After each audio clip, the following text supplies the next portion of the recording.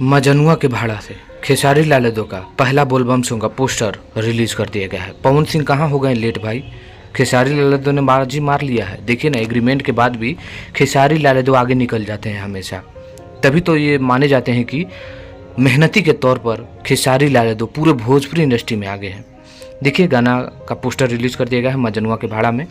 खेसारी लाल यादव इस गाने को गाए हैं। गीत कृष्णा बेदर्दी का है और संगीत आर्या शर्मा का है और खेसारी म्यूजिक वर्ल्ड से ये गाना आने वाला है। बात करिए गाना कब रिलीज किया जाएगा, जहां तक मुझे पता चला है कि इस गाने को आप लोगों के बीच कल सुबह रिलीज कर दिया जाएगा, जबकि इसका टीजर आज दोपहर नहीं तो शाम के आप लोगों के बीच खेसारी म्यूजिक वर्ल्ड पर रिलीज कर दिया जाएगा। तो बहुत ही बेजोड़ गाना है, बोलबम सॉन्ग है। तो बोलबम की शुरुआत हो चुकी है।